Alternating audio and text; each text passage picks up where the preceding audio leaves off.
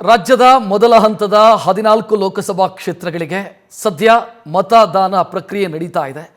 ಪ್ರಮುಖವಾಗಿ ಬೆಳಗ್ಗೆ ಬಹಳ ಬಿರುಸಿನಿಂದ ಮತದಾನ ಆಯಿತು. ಆದರೆ ಈಗ ಸೂರ್ಯ ನೆತ್ತಿ ಸುಡ್ತಾ ಇರುವಂಥ ಬಿಸಿಲಿನ ಮಧ್ಯೆ ಒಂದು ಸ್ವಲ್ಪ ಮತದಾನ ಪ್ರಮಾಣ ಕಡಿಮೆ ಆಗ್ತಾ ಇದೆ. ಸಂಜೆ ಹೊತ್ತಿಗೆ ಇನ್ಕ್ರೀಸ್ ಆಗಬಹುದು ಅನ್ನುವಂಥ ನಿರೀಕ್ಷೆ ಇದೆ. ಪ್ರಮುಖವಾಗಿ ಚಿತ್ರರಂಗದ ಗಣ್ಯರು, ಉದ್ಯಮ ಕ್ಷೇತ್ರದ ಗಣ್ಯರು, ರಾಜಕೀಯ ಕ್ಷೇತ್ರದ ಗಣ್ಯರು ಇವರೆಲ್ಲ ಆಗಮಿಸಿ ತಮ್ಮ ತಮ್ಮ ಹಕ್ಕು ಚಲಾಯಿಸ್ತಾ ಇದ್ದಾರೆ. ಅವರವರ ಕ್ಷೇತ್ರ ವ್ಯಾಪ್ತಿಯ ಮತಗಟ್ಟೆಗೆ ಆಗಮಿಸಿ ಮತ ಚಲಾಯಿಸ್ತಾ ಇದ್ದಾರೆ. ಅದಕ್ಕೆ ಸಂಬಂಧಿಸಿದಂಥ ದೃಶ್ಯವನ್ನು ಕೂಡ ನೀವು ನೋಡ್ತಾ ಇದ್ದೀರಿ. ಕಳೆದ ಬಾರಿಗಿಂತ ಹೆಚ್ಚು ವೋಟಿಂಗ್ ಆಗುತ್ತೆ ಅನ್ನುವಂಥ ನಿರೀಕ್ಷೆಯಲ್ಲಿ ಚುನಾವಣಾ ಆಯೋಗ ಕೂಡ ಇದೆ. ಅದಕ್ಕೆ ಬೇಕಾದಂಥ ಪ್ರಯತ್ನವನ್ನು ಕೂಡ ಚುನಾವಣಾ ಆಯೋಗ ಈ ಬಾರಿ ಮಾಡಿಕೊಂಡಿದೆ. ನೋಡ್ತಾ ಇದ್ದೀರಿ ಒಂದಿಷ್ಟು ದೃಶ್ಯಗಳು, ಯಾರ್ಯಾರು ಎಲ್ಲೆಲ್ಲಿ ವೋಟ್ ಮಾಡಿದ್ದಾರೆ ಅನ್ನುವಂಥ ದೃಶ್ಯಗಳನ್ನು ನೀವು ಗಮನಿಸ್ತಾ ಇದ್ದೀರಿ. ಈ 14 ಕ್ಷೇತ್ರಗಳು ರಾಜಕೀಯವಾಗಿ ಅತ್ಯಂತ ಪ್ರಮುಖ. ಕರ್ನಾಟಕದ ಮಟ್ಟಿಗೆ ದಕ್ಷಿಣ ಕರ್ನಾಟಕದ ವ್ಯಾಪ್ತಿಯ ಈ 14 ಕ್ಷೇತ್ರಗಳೇನಿದ್ದಾವೆ, ಇಲ್ಲಿನ ಫಲಿತಾಂಶ ಮುಂದಿನ ಕರ್ನಾಟಕದ ರಾಜಕೀಯ ಚಿತ್ರಣವನ್ನು ಕೂಡ ಬದಲಾಯಿಸುವಂಥ ಮತ್ತು ಕರ್ನಾಟಕದ ರಾಜಕೀಯ ಚಿತ್ರಣಕ್ಕೂ ಕೂಡ ಒಂದಿಷ್ಟು ಸಂಚಲನವನ್ನು ಸೃಷ್ಟಿಸಬಹುದಾದಂಥ ಫಲಿತಾಂಶವನ್ನು ಕೊಡಬಹುದಾದಂಥ ಲೋಕಸಭಾ ಕ್ಷೇತ್ರಗಳು ಈ 14 ಕ್ಷೇತ್ರಗಳು. ಕಾರಣ ಮೈತ್ರಿ ವರ್ಕೌಟ್ ಆದರೆ ಇದೇ ಲೋಕಸಭಾ ಕ್ಷೇತ್ರದ ವ್ಯಾಪ್ತಿಯಲ್ಲಿ ಮೈತ್ರಿ ವರ್ಕೌಟ್ ಆಗಬೇಕು. ಕಾಂಗ್ರೆಸ್ಸು ಮತ್ತು ಮೈತ್ರಿಯ ಮಧ್ಯೆ ಅಥವಾ ಕಾಂಗ್ರೆಸ್ಸು ಮತ್ತು ಮೈತ್ರಿಯ ಮಧ್ಯೆ ನಡೀತಾ ಇರುವಂಥ ಮಹಾಯುದ್ಧ ಇದು. BJP ಪಾಲಿಗೆ ಮೈತ್ರಿಯ ಶಕ್ತಿ ಕೈ ಹಿಡಿಯಬಹುದು ಅನ್ನುವಂಥ ನಿರೀಕ್ಷೆ ಇರುವಂಥ ಕ್ಷೇತ್ರಗಳು ಕೂಡ ಈ 14 ಕ್ಷೇತ್ರಗಳು. ಘಟಾನುಘಟಿಗಳು ಎಲೆಕ್ಷನ್ ಕಣದಲ್ಲಿದ್ದಾರೆ. ಘಟಾನುಘಟಿಗಳು ಅದೃಷ್ಟ ಪರೀಕ್ಷೆಗೆ ಇಳಿದಿದ್ದಾರೆ. ಜೊತೆಗೆ ರಾಜ್ಯ ಕಾಂಗ್ರೆಸ್ ಸರ್ಕಾರವೂ ಕೂಡ ಮಾಡು ಇಲ್ಲವೇ ಮಡಿ ಎನ್ನುವಂಥ ಹೋರಾಟವನ್ನೇ ಮಾಡಿದೆ. ಜಾತ್ಯತೀತ ಜನತಾದಳಕ್ಕೆ ಅಸ್ತಿತ್ವದ ಹೋರಾಟ, BJPಗೆ ಕಳೆದ ಬಾರಿ ಗೆದ್ದಂಥ ಕ್ಷೇತ್ರಗಳನ್ನು ಉಳಿಸಿಕೊಳ್ಳಬೇಕಾದಂಥ ಹರಸಾಹಸ, ಇದೆಲ್ಲದರ ಮಧ್ಯೆ ಪ್ರಚಾರ ಕಣ ಬಹಳ ಬಿರುಸಿನಿಂದ ನಡೆದಿತ್ತು. ಮತದಾರರ ಮನಗೆಲ್ಲುವಂಥ ಪ್ರಯತ್ನಗಳಾಗಿತ್ತು. ಮತದಾರ ಕನ್ವಿನ್ಸ್ ಆಗಿದ್ದಾನ ಗೊತ್ತಿಲ್ಲ, ಯಾರ ಪರ ಕನ್ವಿನ್ಸ್ ಆಗಿದ್ದಾನೆ ಗೊತ್ತಿಲ್ಲ. ಮತದಾರ ತನ್ನ ತೀರ್ಪನ್ನು ಬರೀತಾ ಇದ್ದಾನೆ. ಮತದಾರ ಬರೀತಾ ಇರುವಂಥ ತೀರ್ಪು ನಾಡಿದ್ದು ನಮಗೆ ಗೊತ್ತಾಗುತ್ತೆ. ಇವತ್ತು ಆತ ಯಾರು ಏನು ಅನ್ನೋದಕ್ಕೆ ಉತ್ತರ ಬರೆದು ಹೊರ ಬರ್ತಾ ಇದ್ದಾನೆ, ಮತಗಟ್ಟೆಯಿಂದ ಹೊರ ಬರ್ತಾ ಇದ್ದಾನೆ. ನಾಡಿದ್ದು 4ನೇ ತಾರೀಕು ನಮಗೆ, ಜೂನ್ 4ನೇ ತಾರೀಕು ನಮಗೆ ಗೊತ್ತಾಗುತ್ತೆ ಮತದಾರ ಏನು ಬರೆದಿದ್ದಾನೆ, ಯಾರ ಹಣೆ ಬರಹವನ್ನು ಯಾವ ರೀತಿ ಬರೆದಿದ್ದಾನೆ ಮತದಾರ ಅನ್ನೋದು ಗೊತ್ತಾಗ್ತಾ ಇದೆ. ಈಗ ಒಂದಿಷ್ಟು ಅಂಕಿಅಂಶಗಳು ಕೂಡ ಸಿಗ್ತಾ ಇದೆ, ಯಾವ ಕ್ಷೇತ್ರದಲ್ಲಿ ಎಷ್ಟೆಷ್ಟು ಮತ ಚಲಾವಣೆ ಆಗಿದೆ, ಎಷ್ಟೆಷ್ಟು ಪರ್ಸೆಂಟು ಅಂತ. ದಕ್ಷಿಣ ಕನ್ನಡ ಲೋಕಸಭಾ ಕ್ಷೇತ್ರದಲ್ಲಿ ಹೈಯೆಸ್ಟ್ ಆಗಿದೆ. 2014ರ ಲೋಕಸಭಾ ಎಲೆಕ್ಷನ್ನಲ್ಲಿ ದಕ್ಷಿಣ ಕನ್ನಡದಲ್ಲಿ ಹೈಯೆಸ್ಟ್ ಎಲೆಕ್ಷನ್ ಆಗಿತ್ತು. 19ರಲ್ಲಿ ಮಂಡ್ಯ. ಈ ಬಾರಿ ಯಾವ ಕ್ಷೇತ್ರ ಹೈಯೆಸ್ಟ್ ವೋಟಿಂಗ್ ದಾಖಲಿಸುತ್ತೆ ಅನ್ನೋದು ಸದ್ಯಕ್ಕಿರುವಂಥ ಕುತೂಹಲ. ಯಾವ ಕ್ಷೇತ್ರ ಈ ಬಾರಿ ಡಿಸ್ಟಿಂಕ್ಷನ್ ಪಾಸ್ ಆಗುತ್ತೆ ವೋಟಿಂಗ್ ಟರ್ನೌಟಲ್ಲಿ ಅಥವಾ ವೋಟರ್ ಟರ್ನೌಟಲ್ಲಿ, ಯಾವ ಕ್ಷೇತ್ರ ಡಿಸ್ಟಿಂಕ್ಷನ್ನು ಅನ್ನೋದು ಸಂಜೆ ಹೊತ್ತಿಗೆ ನಮಗೆ ಗೊತ್ತಾಗುತ್ತೆ. ಈಗಿನ ಮಾಹಿತಿಯ ಪ್ರಕಾರ ದಕ್ಷಿಣ ಕನ್ನಡ ಲೋಕಸಭಾ ಕ್ಷೇತ್ರ ಮುಂಚೂಣಿಯಲ್ಲಿ ಇದೆ, ಅಲ್ಲಿ ಹೈಯೆಸ್ಟ್ ವೋಟಿಂಗ್ ಆಗ್ತಾ ಇದೆ. ಸೊ ಒಂದಿಷ್ಟು ಬೆಂಗಳೂರಲ್ಲಿ ಒಂದು ಅಪವಾದ ಇದೆ, ಬೆಂಗಳೂರಲ್ಲಿ ಯಾವತ್ತೂ ಕೂಡ ಕಡಿಮೆ ವೋಟಿಂಗ್ ಆಗುತ್ತೆ ಅಂತ. ಈ ಬಾರಿಯ ಅಪವಾದ ದಾಟತ್ತಾ ಅನ್ನೋದು ಪ್ರಶ್ನೆ.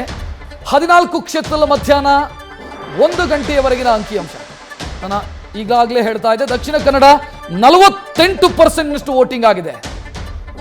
ಬಹಳ ಉತ್ತಮವಾದಂಥ ವೋಟಿಂಗ್ ಅದು. 48% ಮಧ್ಯಾಹ್ನ 1 ಗಂಟೆಯವರೆಗೆ ಅಂತಂದರೆ ರಾಜ್ಯದಲ್ಲೂ ಕೂಡ 32% ವೋಟಿಂಗ್ ಆಗಿದೆ ಅನ್ನೋದು. ಕಳೆದ ಬಾರಿ ನಾವು ನೋಡಿದರೆ, ಕಳೆದ ಬಾರಿ ಓವರ್ ಆಲ್ ನಾವು 28 ಕ್ಷೇತ್ರದ ನಂಬರ್ಸ್ ನೋಡಿದರೆ 68.81%. ಈ 14 ಕ್ಷೇತ್ರದ್ದು ನೋಡಿದರೆ ನಾವು 68.96%. ಈ ಬಾರಿ ಅದಕ್ಕಿಂತ ಹೆಚ್ಚಿನ ವೋಟಿಂಗ್ ಆಗಬಹುದು ಅನ್ನುವಂಥ ನಿರೀಕ್ಷೆ ಸೃಷ್ಟಿಯಾಗ್ತಾ ಇದೆ. ಈಗ ನಂಬರ್ ನೋಡ್ತಾ ಇದೆ 1 ಗಂಟೆಯವರೆಗಿದ್ದು ನಾವು ನೋಡ್ತಾ ಇರೋದು. ಇನ್ನು 6 ಗಂಟೆಯವರೆಗೂ ಕೂಡ ಮತದಾನಕ್ಕೆ ಅವಕಾಶ ಇದೆ. ಈ ಬಾರಿ ಹೀಟ್ ವೇವ್ನ ಸಮಸ್ಯೆ ಇದೆ. ವೋಟಿಂಗ್ ಮಾಡೋ ಸಂದರ್ಭದಲ್ಲಿ ಆರೆಂಜ್ ಅಲರ್ಟ್ ಇದೆ. ಹೀಟ್ ವೇವ್ ಅಂದರೆ ಸಿಕ್ಕಾಪಟ್ಟೆ ಬಿಸಿಲಿನ ಕಾರಣಕ್ಕಾಗಿ ಹವಾಮಾನ ಇಲಾಖೆ ಆರೆಂಜ್ ಅಲರ್ಟ್ ಘೋಷಣೆ ಮಾಡಿದೆ ರಾಜ್ಯದಲ್ಲಿ. ಸೊ ಅದು ಕೂಡ ಎಲೆಕ್ಷನ್ನ ಮೇಲೆ ಪರಿಣಾಮ ಬೀರುತ್ತೆ. ಸಂಜೆ ಹೊತ್ತಿಗೆ ಹೋಗಿ ವೋಟ್ ಮಾಡೋಣ ಅಂತ ಕಾಯ್ತಾ ಇರುವಂಥ ಮತದಾರರು ಕೂಡ ದೊಡ್ಡ ಸಂಖ್ಯೆಯಲ್ಲಿ ಇರಬಹುದು. ಸೊ ಸಂಜೆ 4 ಗಂಟೆಯ ನಂತರ ಈ ವೋಟಿಂಗು ಇನ್ನಷ್ಟು ಇನ್ಕ್ರೀಸ್ ಆಗಬಹುದು. ಯಾವಾಗಲೂ ಹಾಗೇನೆ ಮಧ್ಯಾಹ್ನ 12 ಗಂಟೆಯಿಂದ ಸಂಜೆ 4 ಗಂಟೆಯವರೆಗೂ ಕೂಡ ಒಂದು ಸ್ವಲ್ಪ ಮತದಾನದ ಪ್ರಮಾಣ ಕಡಿಮೆ ಇರುತ್ತೆ. ಸೊ ಯಾವ ಕ್ಷೇತ್ರದಲ್ಲಿ ಎಷ್ಟೆಷ್ಟು ಪ್ರಮಾಣದಲ್ಲಿ ವೋಟಿಂಗ್ ಆಗಿದೆ ಡೀಟೇಲ್ ನೋಡ್ತಾ ಇದ್ದೀರಿ. ಬೆಂಗಳೂರು ಕೇಂದ್ರ 30.10% ಮತದಾನ ಆಗಿದೆ. ಅದು ಮಧ್ಯಾಹ್ನ 1 ಗಂಟೆಯವರೆಗೆ. ಕಳೆದ ಬಾರಿ 54% ವೋಟಿಂಗ್ ಆಗಿತ್ತು. ಸೊ ಈ ಬಾರಿ ಅದನ್ನು ದಾಟುತ್ತೆ ಅನ್ನುವಂಥ ನಿರೀಕ್ಷೆ ಹುಟ್ಟುತ್ತಾ ಇದೆ. ಬೆಂಗಳೂರು ಉತ್ತರದಲ್ಲಿ ಕಳೆದ ಬಾರಿ 54%, ಈ ಬಾರಿ 1 ಗಂಟೆಯ ಒಳಗೆ 32%ನಷ್ಟು ವೋಟಿಂಗ್ ಆಗಿದೆ. ಬೆಂಗಳೂರು ಉತ್ತರ ಹೈಯೆಸ್ಟ್ ಮತದಾರರಿರುವಂಥ ಲೋಕಸಭಾ ಕ್ಷೇತ್ರ. ಬೆಂಗಳೂರು ದಕ್ಷಿಣ ಕಳೆದ ಬಾರಿ ಅತ್ಯಂತ ಕಡಿಮೆ, ಇಡೀ ರಾಜ್ಯದಲ್ಲಿ ಕಡಿಮೆ ವೋಟಿಂಗ್ ಆಗಿರೋದು ಬೆಂಗಳೂರು ದಕ್ಷಿಣ. ಈ ಬಾರಿ 31 ಕ್ರಾಸ್ ಆಗಿದೆ, 31.51% 1 ಗಂಟೆಯ ಒಳಗೆ ಆಗಿದೆ. ಬೆಂಗಳೂರು ಗ್ರಾಮಾಂತರ ಕಳೆದ ಬಾರಿ 64.98% ವೋಟಿಂಗ್ ಆಗಿತ್ತು. ಈ ಬಾರಿ 36.09% ನನ್ನ ಅನಿಸಿಕೆಯ ಪ್ರಕಾರ ಬೆಂಗಳೂರು ಗ್ರಾಮಾಂತರ ಹೈಯೆಸ್ಟ್ ವೋಟಿಂಗ್ ಆಗಬಹುದು ಅನ್ನೋದು. ಯಾಕಂತಂದ್ರೆ ಅಲ್ಲಿ ಜಿದ್ದಾಜಿದ್ದಿನ ಪೈಪೋಟಿ ಇದೆ. ಬೆಂಗಳೂರು ಕೇಂದ್ರದ ಡೀಟೇಲ್ ನಾನು ಈಗಾಗಲೇ ಹೇಳಿದೆ. ಬೆಂಗಳೂರು ಕೇಂದ್ರ ಲೋಕಸಭಾ ಕ್ಷೇತ್ರ 30 ದಾಟಿದೆ. ಬೆಂಗಳೂರು ಉತ್ತರ ಕೂಡ 32 ಪಾಯಿಂಟ್ ದಾಟಿದೆ. ಬೆಂಗಳೂರು ದಕ್ಷಿಣ ಕೂಡ 31 ದಾಟಿದೆ. ಬೆಂಗಳೂರು ಗ್ರಾಮಾಂತರ 36.09% ವೋಟಿಂಗು 1 ಗಂಟೆಯವರೆಗೂ ಕೂಡ ಆಗಿದೆ. ಇನ್ನು ದಕ್ಷಿಣ ಕನ್ನಡ ಹೈಯೆಸ್ಟ್ 48% ಆಗಿದೆ. ಅಲ್ಲಿ ಸಿಕ್ಕಾಪಟ್ಟೆ ಬಿಸಿಲಿದೆ. ಅದರ ಮಧ್ಯೆಯೂ ಕೂಡ ಜನ ಬಂದು ವೋಟ್ ಮಾಡ್ತಾ ಇದ್ದಾರೆ. So good sign. ಎಲೆಕ್ಷನ್ ವಿಚಾರಕ್ಕೆ ಬಂದರೆ ಬಹಳ ಗುಡ್ ಸೈನ್, ಜನ ಪ್ರಜ್ಞಾವಂತರಾಗಿ ವೋಟ್ ಮಾಡ್ತಿದ್ದಾರೆ ಅನ್ನೋದು. ಸೊ ಈ ನಂಬರ್ಸು ಒಂದು ಸ್ವಲ್ಪ ಆಶಾವಾದವನ್ನು ಸೃಷ್ಟಿಸ್ತಾ ಇದೆ ಬೆಂಗಳೂರಿಗೆ ಸಂಬಂಧಿಸಿದಂತೆ. ಬಿಕಾಸ್ ಬೆಂಗಳೂರಿನ ಜನರ ರಾಜಕೀಯ ಪ್ರಜ್ಞೆಯ ಬಗ್ಗೆ ಪ್ರತಿ ಬಾರಿಯೂ ಕೂಡ ಟೀಕೆಗಳು ವ್ಯಕ್ತವಾಗುತ್ತೆ. ರಾಜಧಾನಿ ಬೆಂಗಳೂರಿನ ಜನ ಏನು ಮಾಡ್ತಾರೆ ಅಂತಂದರೆ, ವೋಟಿನ ದಿನ ರಜೆ ಹಾಕಿ ಎಲ್ಲೋ ಪ್ರವಾಸಿ ತಾಣಗಳಿಗೆ ಹೋಗ್ತಾರೆ ಅನ್ನುವಂಥ ಅಪವಾದವನ್ನು ರಾಜಧಾನಿ ಬೆಂಗಳೂರಿನ ಮತದಾರರು ಹೊತ್ತುಕೊಂಡಿದ್ದಾರೆ ಪ್ರತಿ ಬಾರಿಯೂ ಕೂಡ. ಈ ಬಾರಿ ಆ ಅಪವಾದದಿಂದ ಬೆಂಗಳೂರು ಆಚೆ ಬರುತ್ತಾ ಅನ್ನೋದು ಸದ್ಯಕ್ಕಿರುವಂಥ ಪ್ರಶ್ನೆ. 1 ಗಂಟೆಯವರೆಗಿನ ಅಂಕಿಅಂಶ ನೋಡ್ತಾ ಇದ್ರೆ ತೊಂದರೆ ಇಲ್ಲ, ಕಳೆದ ಬಾರಿಗಿಂತ ಹೆಚ್ಚು ವೋಟಿಂಗ್ ಆಗಬಹುದು. ಎಸ್, ಮಂಡ್ಯ ಕಳೆದ ಬಾರಿ 80%ನಷ್ಟು ವೋಟಿಂಗ್ ಆದಂಥ ಕ್ಷೇತ್ರ 40.70% ಆಗಿದೆ. ಮೈಸೂರು ಕೊಡಗು 41% ವೋಟಿಂಗ್ ಈವರೆಗೆ ಆಗಿದೆ. ಬೆಂಗಳೂರು ಕೇಂದ್ರದ ಈಗಾಗಲೇ ನಾವು ಆ ಡೀಟೇಲ್ ನೋಡಿದ್ವಿ. ಸೊ ನೀವು ಗಮನಿಸಿದ್ರಿ, ಬೆಂಗಳೂರಿನ 3 ಲೋಕಸಭಾ ಕ್ಷೇತ್ರದಲ್ಲಿ ಕಡಿಮೆ ಇದೆ ವೋಟಿಂಗು. ಬೇರೆ ಗ್ರಾಮೀಣ ಪ್ರದೇಶದಲ್ಲಿ ಏನಿದಾವೆ ಲೋಕಸಭಾ ಕ್ಷೇತ್ರಗಳು, ಅಲ್ಲಿ ವೋಟಿಂಗ್ ಪ್ರಮಾಣ ಜಾಸ್ತಿ ಇದೆ. ಅಂದರೆ ಗ್ರಾಮೀಣ ಪ್ರದೇಶದ ಮತದಾರರಲ್ಲಿ ರಾಜಕೀಯ ಜಾಗೃತಿ ಹೆಚ್ಚಿದೆ ಅನ್ನೋದು ನಮಗೆ ಪ್ರತಿ ಎಲೆಕ್ಷನ್ನಲ್ಲೂ ಕೂಡ ಗೊತ್ತಾಗ್ತಾ ಹೋಗುತ್ತೆ. ಬೆಂಗಳೂರಲ್ಲಿ ವೋಟಿಂಗ್ ಕಡಿಮೆ ಆಗೋದಕ್ಕೆ ಇನ್ನೊಂದು ಕಾರಣವೂ ಇದೆ. ಅದು ಯಾವುದು ಅಂತಂದರೆ, ಹೊರಗಿನ ಮತದಾರರು ಅವರು ಬೆಂಗಳೂರಲ್ಲಿ ವೋಟಿಂಗ್ ರೈಟ್ಸ್ ಮಾಡ್ಕೊಂಡಿರ್ತಾರೆ, ವೋಟಿಗೆ ಹೋಗೋದೇ ಇಲ್ಲ. ಎಲೆಕ್ಷನ್ ಬಂದ ಕೂಡಲೇ ರಜೆ ಹಾಕಿ ಊರಿಗೆ ಹೋಗಿಬಿಡ್ತಾರೆ. ಸೊ ಇದು ಕೂಡ ಪ್ರಾಬ್ಲಮ್ ಆಗುತ್ತೆ. ಅಂದರೆ ಈ ನಾರ್ತ್ ಇಂಡಿಯನ್ಸು, ತಮಿಳಿಯನ್ಸು, ಆಂಧ್ರ ಪ್ರದೇಶದವರು ಇವರೆಲ್ಲ ಏನು ಮಾಡ್ತಾರೆ ಅಂದರೆ, ಇಲ್ಲೊಂದು ವೋಟಿಂಗ್ ಕಾರ್ಡು, ವೋಟರ್ ID ಇರುತ್ತೆ, ಬಟ್ ವೋಟ್ ಮಾಡಲ್ಲ. ಸೊ ಈ ರೀತಿಯ ಸಮಸ್ಯೆಗಳೆಲ್ಲ ಬೆಂಗಳೂರಲ್ಲಿದೆ. ಈ ಬಾರಿ ಅದನ್ನು ದಾಟಿ, ಅದನ್ನು ಮೀರಿ ಹೆಚ್ಚಿನ ವೋಟಿಂಗ್ ಆಗತ್ತೆ ಅನ್ನುವಂಥ ನಿರೀಕ್ಷೆ ಸೃಷ್ಟಿಯಾಗ್ತಾ ಇದೆ. ನೋಡ್ತಾ ಇದ್ದೀರಿ, ಮಧ್ಯಾಹ್ನ 1 ಗಂಟೆಯವರೆಗಿನ ಅಂಕಿಅಂಶವನ್ನು. ಉಳಿದಂತೆ ಒಂದಿಷ್ಟು ಜಿಲ್ಲೆಗಳ, ಒಂದಿಷ್ಟು ಲೋಕಸಭಾ ಕ್ಷೇತ್ರಗಳ ಡೀಟೇಲ್ ನಿಮಗೆ ಕೆಳಗಡೆ ಬರ್ತಾ ಇದೆ, ಯಾವ್ಯಾವ ಕ್ಷೇತ್ರ ಏನೇನು ಅಂತ. ಮೈಸೂರು ಕೊಡಗು 41.58% ವೋಟಿಂಗ್ ಆಗಿದೆ ಈಗಾಗಲೇ. ಸೊ 69 ಕಳೆದ ಬಾರಿಯ ಲೆಕ್ಕ, 69.51% ಕಳೆದ ಬಾರಿಯ ಲೆಕ್ಕ.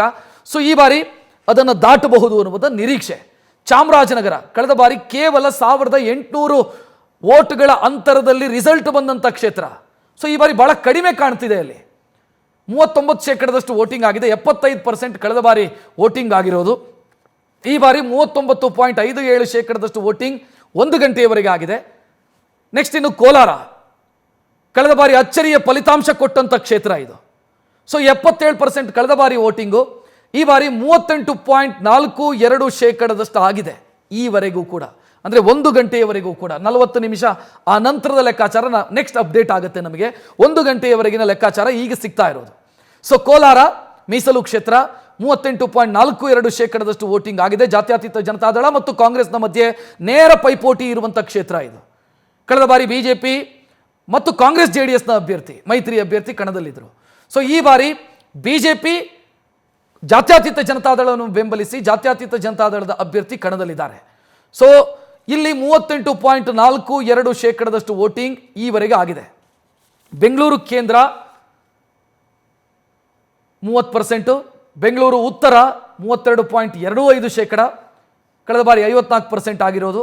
ಬೆಂಗಳೂರು ದಕ್ಷಿಣ 31.51%, ಸೌಮ್ಯ ರೆಡ್ಡಿ ವರ್ಸಸ್ ತೇಜಸ್ವಿ ಸೂರ್ಯ. ಬೆಂಗಳೂರು ಗ್ರಾಮಾಂತರ ಹೈ ವೋಲ್ಟೇಜ್ ಕ್ಷೇತ್ರ ಇದು ರಾಜ್ಯದ ಪಾಲಿಗೆ 36.09% ಆಗಿದೆ. ತುಮಕೂರಲ್ಲಿ 41.91% ಆಗಿದೆ. ಅಂದರೆ 42% ವೋಟಿಂಗ್ ಆಗಿದೆ ತುಮಕೂರಿನಲ್ಲಿ. ಹಾಸನದಲ್ಲಿ 40.99% ಅಂದರೆ 41% ವೋಟಿಂಗು ಹಾಸನದಲ್ಲಾಗಿದೆ. ಅಂದರೆ ಪ್ರತಿ 100 ಮತದಾರರ ಪೈಕಿ 41 ಮಂದಿ ಈಗಾಗಲೇ ವೋಟಿಂಗ್ ಬೂತ್ ಬಳಿಗೆ ಬಂದು ತಮ್ಮ ಹಕ್ಕನ್ನು ಚಲಾಯಿಸಿದ್ದಾರೆ. 39.85% ಚಿಕ್ಕಬಳ್ಳಾಪುರದಲ್ಲಿ ವೋಟಿಂಗ್ ಆಗಿದೆ. Raksha Ramaiah versus doctor K Sudhakar. Udupi Chikkamagaluru 46% vote ಆಗಿದೆ. 46.43% ವೋಟಿಂಗು ಉಡುಪಿ ಚಿಕ್ಕಮಗಳೂರು ಲೋಕಸಭಾ ಕ್ಷೇತ್ರದಲ್ಲಾಗಿದೆ. ಕಳೆದ ಬಾರಿ 76% ವೋಟಿಂಗ್ ಆಗಿತ್ತು. Dakshina Kannada highest, Brijesh Chowta versus Padmaraj 48.10%. ಕಳೆದ ಬಾರಿ 77.99 ಅಂದರೆ 78% ವೋಟಿಂಗ್ ದಕ್ಷಿಣ ಕನ್ನಡ ಜಿಲ್ಲೆಯಲ್ಲಾಗಿತ್ತು ಅಥವಾ ದಕ್ಷಿಣ ಕನ್ನಡ ಕ್ಷೇತ್ರದಲ್ಲಾಗಿತ್ತು. ಈ ಬಾರಿ 48.10. ಸೊ ರೀಚ್ ಆಗತ್ತೆ ಅಂತ ಅನಿಸುತ್ತೆ. ಕಳೆದ ಬಾರಿಗಿಂತ ಹೆಚ್ಚು ಅಥವಾ ಕಳೆದ ಬಾರಿ ಅಷ್ಟೇ ರೀಚ್ ಆಗುತ್ತೆ. ಯಾಕಂತಂದ್ರೆ ಅದು ಮ್ಯಾಕ್ಸಿಮಮ್. ಕಳೆದ ಬಾರಿ ದಾಖಲಾಗಿರೋದೇ ಒಂದು ರೀತಿಯಲ್ಲಿ ಮ್ಯಾಕ್ಸಿಮಮ್. ಅದು ನೀವು 100% ವೋಟಿಂಗ್ ಎಲ್ಲ ಎಲ್ಲೂ ಆಗೋದಕ್ಕೆ ಸಾಧ್ಯ ಇಲ್ಲ. ಬಟ್ ಪ್ರಯತ್ನ ಮಾಡಬಹುದು. 100% ವೋಟಿಂಗ್ ಹೆಂಗೆ ಆಗೋದಕ್ಕೆ ಸಾಧ್ಯ? 80 ಆದರೆ ಖುಷಿ. 80% ವೋಟಿಂಗ್ ಆಯಿತು ಅನ್ನೋ ಲೆಕ್ಕಾಚಾರ. 14 ಕ್ಷೇತ್ರದಲ್ಲಿ ಮಧ್ಯಾಹ್ನ 1 ಗಂಟೆಯವರೆಗೆ 38.23% ಆಗಿದೆ. ಕಳೆದ ಬಾರಿ ಈ 14 ಕ್ಷೇತ್ರದಲ್ಲಿ ಟೋಟಲ್ 68.96% ವೋಟಿಂಗ್ ಆಗಿತ್ತು. ಎಲ್ಲ ಕಡೆಗಳಲ್ಲೂ ಕೂಡ ಬಿರುಸಿನ ಮತದಾನ ಆಗ್ತಿದೆ. ನೀವು ಹೋಗಿ ಮತ ಹಾಕಿ. ಸಂಜೆ 6 ಗಂಟೆಯವರೆಗೂ ಕೂಡ ಅವಕಾಶ ಇದೆ. ಸೊ ಈಗ 2 ಗಂಟೆ ಹತ್ರ ಇನ್ನೂ ಕೂಡ ಟೈಮ್ ಇದೆ. ನಮಗೆ ಮತದಾನ ಮಾಡೋದಕ್ಕೆ ಅವಕಾಶ ಇದೆ. 6 ಗಂಟೆಯವರೆಗೂ ಕೂಡ ಅವಕಾಶ ಇದೆ. ಈಗ ನೀವು ವೋಟ್ ಹಾಕಿದರೆ, ಈಗ ನೀವು ಪಾಠ ಕಲಿಸಿದರೆ, ಈಗ ನೀವು ನಿಮ್ಮ ಹಕ್ಕು ಚಲಾಯಿಸಿದ್ರೆ ಆಯಿತು. ಇನ್ನು ಆನಂತರ 5 ವರ್ಷ ಕಾಯಬೇಕು. ಸೊ ಈಗ ನೀವು ಮಾಡುವಂಥ ಒಂದು ತಪ್ಪು ಕೂಡ ನಿಮ್ಮ ಕ್ಷೇತ್ರಕ್ಕೆ ಆಗುವಂಥ ಶಾಪ ಆಗಿ ಪರಿಣಮಿಸಬಹುದು. ಸೊ ಆ ಕಾರಣಕ್ಕಾಗಿ ತಪ್ಪದೇ ವೋಟ್ ಮಾಡಿ ಅಂತ ಇವತ್ತು ಬೆಳಗ್ಗಿನಿಂದಲೂ ಕೂಡ ನಾವು ಹೇಳ್ತಾ ಇದ್ದೀವಿ. ಮತ್ತೆ ಅದನ್ನೇ ರಿಪೀಟ್ ಮಾಡ್ತಾ ಇದ್ದೀವಿ. ಉಪಮುಖ್ಯಮಂತ್ರಿ ಡಿ ಕೆ ಶಿವಕುಮಾರ್ ಅವರು ಕೂಡ ಹಕ್ಕು ಚಲಾಯಿಸಿ ತಮ್ಮ ಇಂಕಿನ ಗುರುತನ್ನು, ಶಾಹಿಯ ಗುರುತನ್ನು ಪ್ರದರ್ಶಿಸ್ತಾ ಇದ್ದಾರೆ. ನೋಡ್ತಾ ಇದ್ದಾರೆ.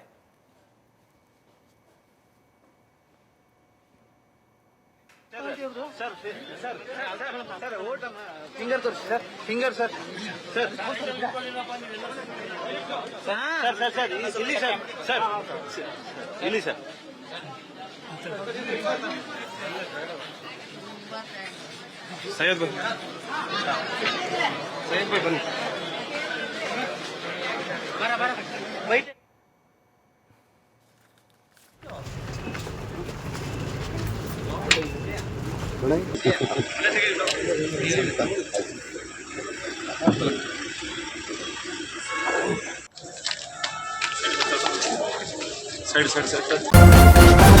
ನ್ಯೂಸ್ ಫಸ್ಟ್, ನಿರ್ಭೀತಿಯಿಂದ ನಿಮ್ಮ ಪರವಾಗಿ.